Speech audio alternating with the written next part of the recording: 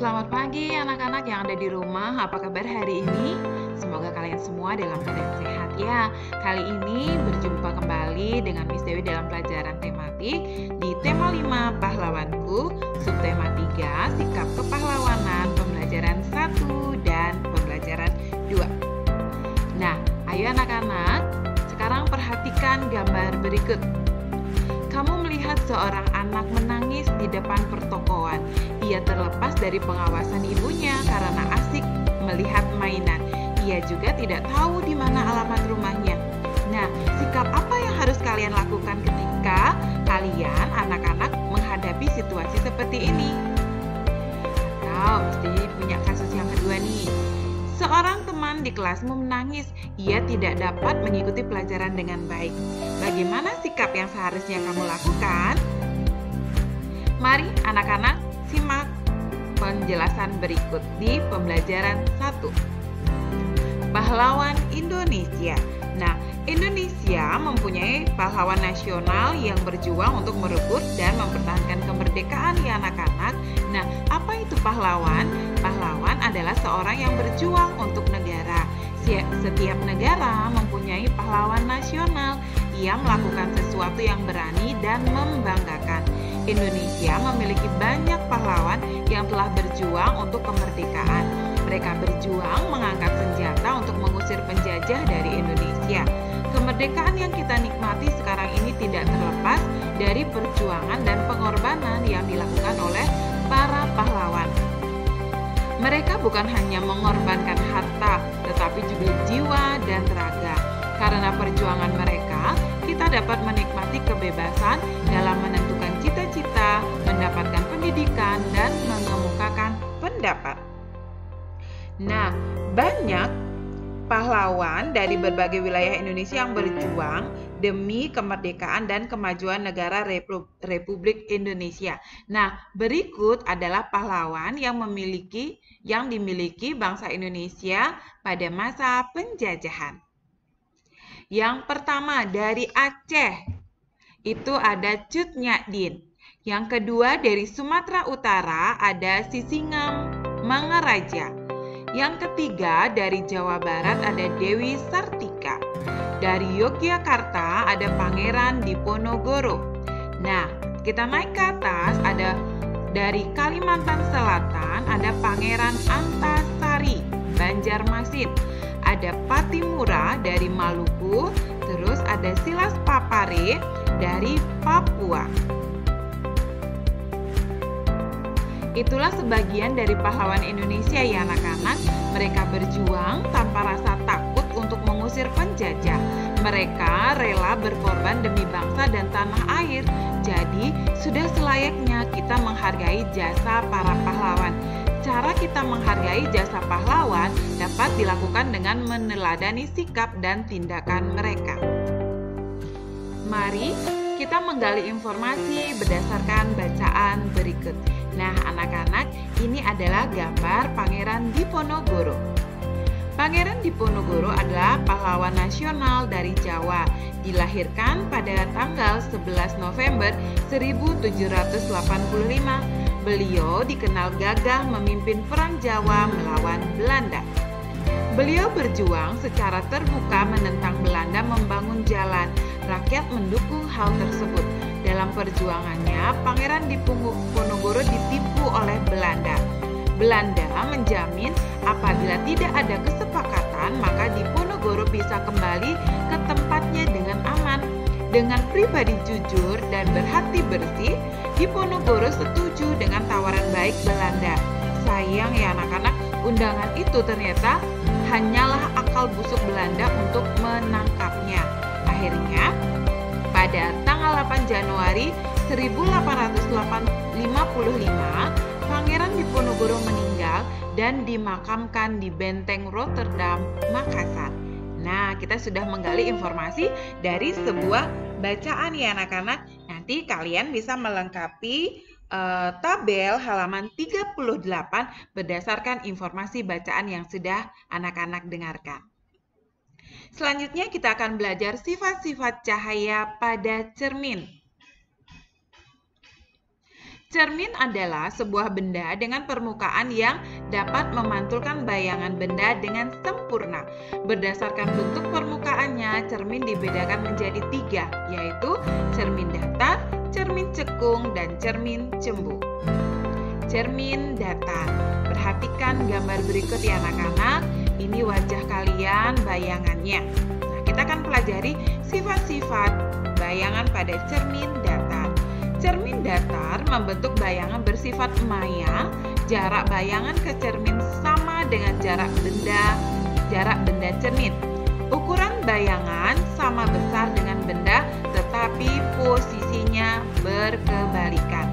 Nah, contoh cermin datar adalah cermin yang kita gunakan sehari-hari anak-anak untuk bercermin.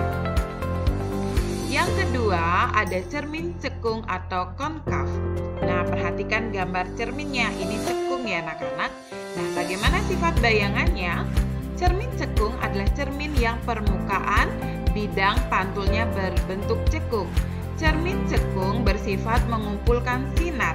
Sifat bayangan yang terbentuk pada cermin cekung tergantung letak atau jarak benda terhadap cermin. Nah, anak-anak, apabila jika benda dekat pada cermin cekung, bayangan benda bersifat tegak, lebih besar, dan semu atau maya. Nah, jika benda jauh dari cermin cekung, bayangan benda bersifat nyata atau sejati dan terbalik. Baik anak-anak, kita lanjutkan dengan cermin cembung. Nah, atau konveks. Nah, bagaimana sifat-sifat dari bayangan cermin cembung? Nah, cermin cembung adalah cermin yang permukaan bidang pantulnya berbentuk cembung. Cermin cembung bersifat menyebarkan sinar. Nah, cermin cembung selalu membentuk bayangan yang sifatnya maya, tegak, diperkecil. Cermin cembung biasa dimanfaatkan untuk kaca spion. Perhatikan gambar berikut ya anak-anak, ini contohnya untuk pemanfaatan cermin cembung pada kaca spion mobil. Nah, salah satu fasilitas yang ada pada mobil adalah kaca spion. Kaca spion berguna untuk membantu pengendara melihat ke arah kanan, kiri, dan belakang. Kaca spion menggunakan cermin cembung. Nah, anak-anak, demikian pembelajaran kita ya untuk cermin yang biasa kita gunakan dalam kehidupan sehari-hari, yaitu ada cermin datar yang biasa kita gunakan, ada cermin cekung, ada cermin cembung. Nah, kita lanjutkan pada pembelajaran kita selanjutnya, yaitu pembelajaran 2.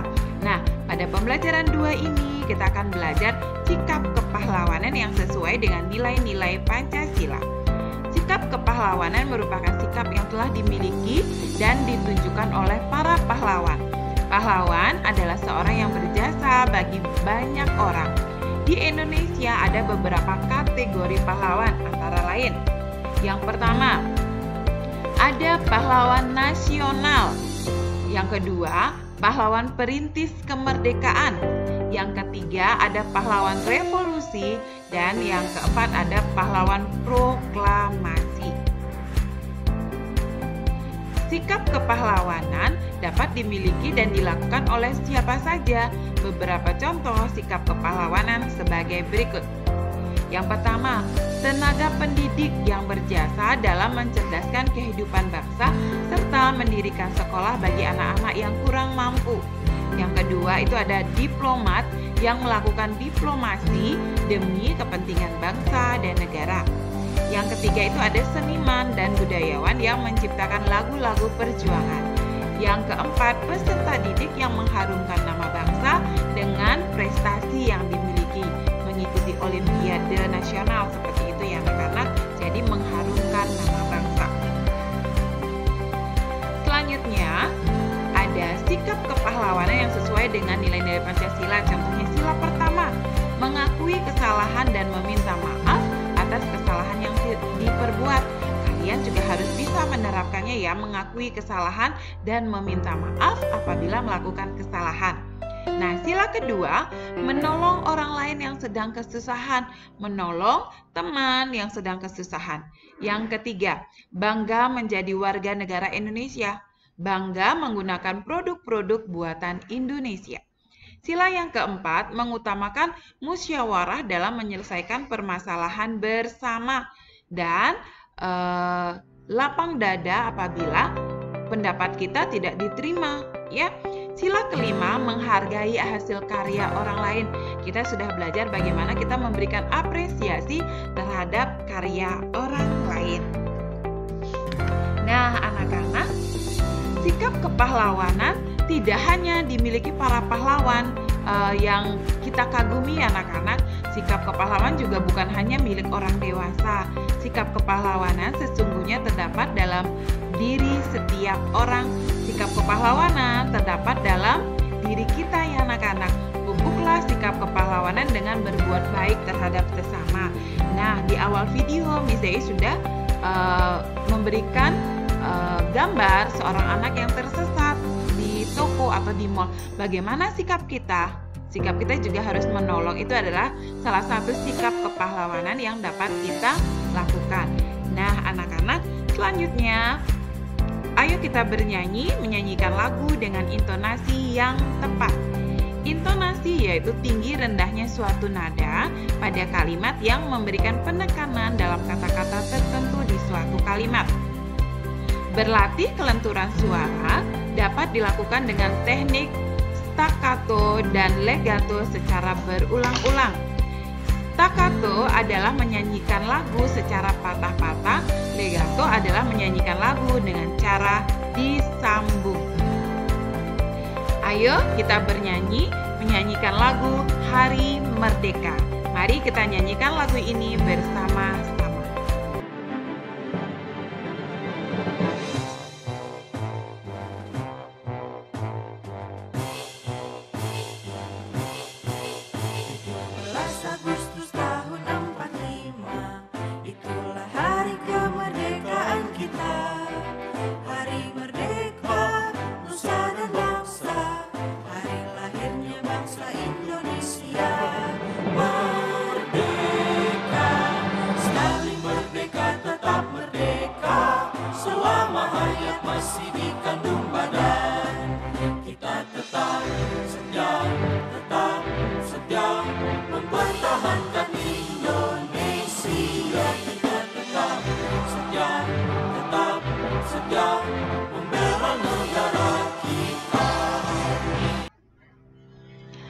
Nah, anak-anak, kita sudah menyanyikan lagu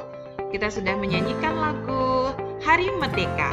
Nah, demikian hari ini pembelajaran kita di pembelajaran 1 dan pembelajaran 2. Nah, apa yang sudah kita pelajari hari ini, anak-anak?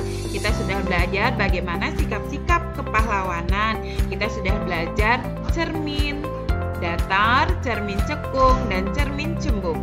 Dan juga kita sudah belajar sikap-sikap yang sesuai dengan nilai-nilai Pancasila dan menyanyikan lagu Hari Merdeka. Sekian ya anak-anak pembelajaran kita kali ini. Sampai jumpa kembali pada video pembelajaran berikutnya. Tuhan memberkati.